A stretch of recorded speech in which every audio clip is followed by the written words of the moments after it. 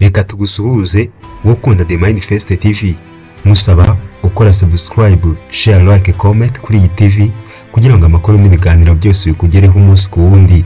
Uyu munsi mu kiganiro cyacu reka tukubwire ko hari abantu benshi babayeho ku isi babaho bafasha abandi. Hariho abantu benshi kuri iyi si babaho kugira ngo bitangire abandi. Ariyo mpamvu mu kiganiro cyacu cy'uyu munsi tugiye kubwira abagore b'intwari bavuzwe muri Bibiliya. Ese aba bagore kugeza uyu munsi izihe ngaruka nziza sosiyete y'isi ibigiraho?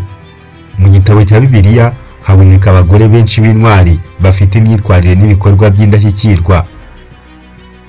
Bibiliya itwereka abagore b'intwari bagendanye n'Imana kandi bagize uruhare rukomeye mu mateka yo kwizera. Buri wese afite amasomo yihariye ku buzima bw'abakristo, yaba umugore cyangwa umugabo. Dore abagore b'ingenzi bakwiriye kumenywa neza muri Bibiliya. Ku mwanya wa mbere turasanga Sara. Imana irenze imyaka yacu. Sara ni umugore wa Aburahamu. Yihanganye igihe kirekire kuko yari ingumba. Igihe Imana yamusezeranyaga umwana w'umuhungu yaratangiye guseka kuko yari yaracuze. Nyamara ku myaka ya 90 yabyaye Isaka. Amasomo wakuramo: nta herezo ku byiringiro byacu igihe wiringiye Imana. Soma Itangiriro umurongo wa 17 ku gice cya 17. Ku mwanya wa kabiri turasanga Hagari. Imana idusanga aho turi hose. Hagari umuja wa Sara yagiranye ibibazo n'umukoresha we kugeza aho yirukanwa. Yashikamye mu butayu ariho Imana yamusanze, imuha amazi n'icyizere cy'ubuzima. Amasomo wakuramo: Imana ibona ibyacu byose naho tuba twihishe. Soma Itangiriro umurongo wa 21 igice cya 14 ugeze ku cya 19. Ku mwanya wa gatatu turasanga Hana. Imana burya isubiza amasengesho yacu. Hana wari umugore w'ingumba, yasenze Imana byimbitse kugeza ubwo umutambyi yamwitiranyaga n'umusinzi. Imana yaramwumvise mu mwana w'umuhungu Samweli wabaye umucamanza ukomeye. Amasomo: ibisubizo by'Imana iboneka mu kwihangana no kwizera. Soma Samweli igice cya mbere. Ku mwanya wa kane turasanga Rusi. Uwiringiye Imana atsinda amateka ye. Rusi umupfakazi yahisemo kugamana na nyirabukwe Naomi. Nyuma y'ubuzima bubi yaje gushakana na Bowazi, ahinduka umubyeyi wa Dawidi, umuryango Yesu yakomotseho. Amasomo: amateka yacu nabuze umugambi w'Imana gukorwa. Soma Rusi umurongo wa 4 igice cya 10. Ku mwanya wa gatanu turasanga Rahabu. Imbabazi z'Imana ziruta ibyaha byose. Rahabu wari malaya i Yeriko yabonye imbabazi z'Imana kuko yahishe abatasi b'Abisirayeli. Yakijwe hamwe n'umuryango we, aninjizwa mu rubyaro rw'abantu b'Imana. Amasomo: Imana irengera abihana. Soma Yosuwa 6 igice cya 25. Ku mwanya wa gatandatu turasanga Esteri.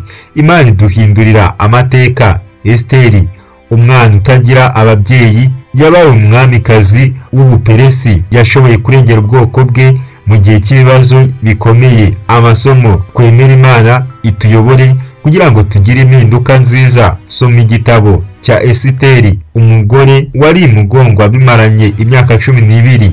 Uyu mugore yahabwaga akato kubera indwara yamubujije amahoro igihe cy'imyaka yirwa.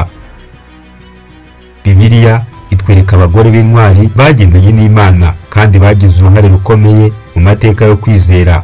Buri wese afite amasomo yihariye ku buzima bw'abakristo, yaba umugore cyangwa umugabo. Dore abagore b'ingenzi bakwiriye kumenywa neza muri Bibiliya. Ku mwanya wa mbere turasanga Sara. Imana irenze imyaka yacu. Sara ni umugore wa Aburahamu. Yihanganye igihe kirekire kuko yari ingumba. Igihe Imana yamusezeranyaga umwana w'umuhungu yaratangiye guseka kuko yari yaracuze. Nyamara ku myaka ya 90 yabyaye Isaka. Amasomo wakuramo: nta herezo ku byiringiro byacu igihe wiringiye Imana. Soma Itangiriro umurongo wa 17 ku gice cya 17. Ku mwanya wa kabiri turasanga Hagari. Imana idusanga aho turi hose. Hagari umuja wa Sara yagiranye ibibazo n'umukoresha we kugeza aho yirukanwa. Yashikamye mu butayu ariho Imana yamusanze, imuha amazi n'icyizere cy'ubuzima. Amasomo wakuramo: Imana ibona ibyacu byose naho tuba twihishe. Soma Itangiriro umurongo wa 21 igice cya 14 ugeze ku cya 19. Ku mwanya wa gatatu turasanga Hana. Imana burya isubiza amasengesho yacu. Hana wari umugore w'ingumba, yasenze Imana byimbitse kugeza ubwo umutambyi yamwitiranyaga n'umusinzi. Imana yaramwumvise mu mwana w'umuhungu Samweli wabaye umucamanza ukomeye. Amasomo: ibisubizo by'Imana biboneka mu kwihangana no kwizera. Soma Samweli igice cya mbere. Ku mwanya wa kane turasanga Rusi. Uwiringiye Imana atsinda amateka ye. Rusi umupfakazi yahisemo kugamana na nyirabukwe Naomi. Nyuma y'ubuzima bubi yaje gushakana na Bowazi, ahinduka umubyeyi wa Dawidi, umuryango Yesu yakomotseho. Amasomo: amateka yacu ntabuza umugambi w'Imana gukorwa. Soma Rusi umurongo wa 4 igice cya 10. Ku mwanya wa gatanu turasanga Rahabu. Imbabazi z'Imana ziruta ibyaha byose. Rahabu wari malaya i Yeriko yabonye imbabazi z'Imana kuko yahishe abatasi b'Abisirayeli.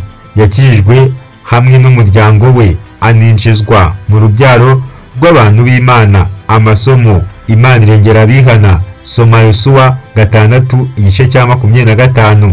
Ku mwanya wa gatandatu turasanga Esiteri.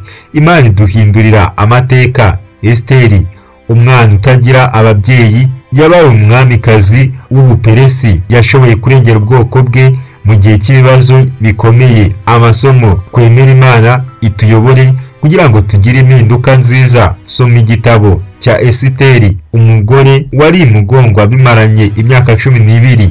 Uyu mugore yahabwaga akato kubera indwara yamubujije amahoro igihe cy'imyaka 12.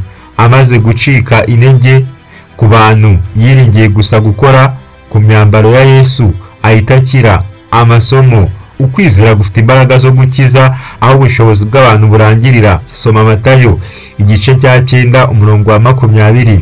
Mu bandi bantu twakubwiramo uwitwa Eva. Icyo azwiho niwe mugore wa mbere mu mateka y'ikiremwa muntu, akaba n'umugore wa Adamu. Ibikorwa yakoze, igikorwa cyo kurenga ku mwanzuro w'ijambo ry'Imana, bikaba byarateje ibihombo muri Edeni. Undi muntu twakubwira ni uwitwa Rebeka.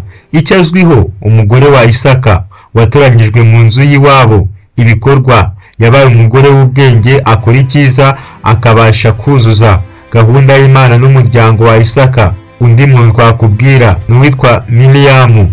Icyo azwiho, umukuru wa Mose, akaba n'umukorezi w'ibikorwa by'ibanze mu gihugu cya Misiri.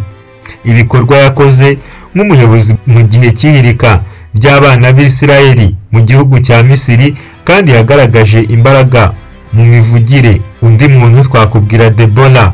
Icyo azwiho, umukobwa w'intore n'umukristu, akaba yari umuyobozi w'ingabo. Ibitekerezo byo gutekerezaho: abagore bavugwa muri Bibiliya baduha amasomo yo kwihangana, ukwizera no kurushaho kugendera mu nzira z'Imana. Ushobora gukuramo byinshi mu mateka ya Bibiliya. Ushobora gukuramo byinshi mu mateka ya Mariya wabyaye Yesu, Tabita, Doruka, Rebeka, Rasheli, Mariya na Marita. Bose batwigisha ko igihe twiringiye Imana, ibyo dutekereza ko bidashoboka bihinduka impamo.